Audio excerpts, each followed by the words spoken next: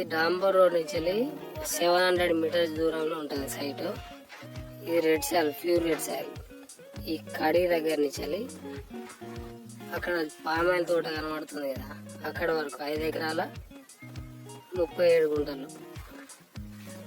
ఈ కడిల వరకు ఈ రోడ్ ఫేస్.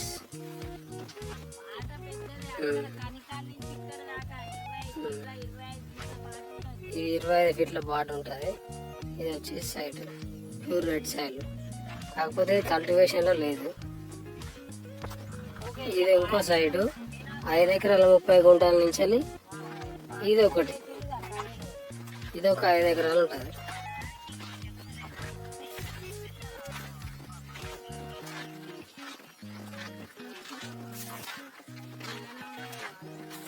ఈ కాడి వరకు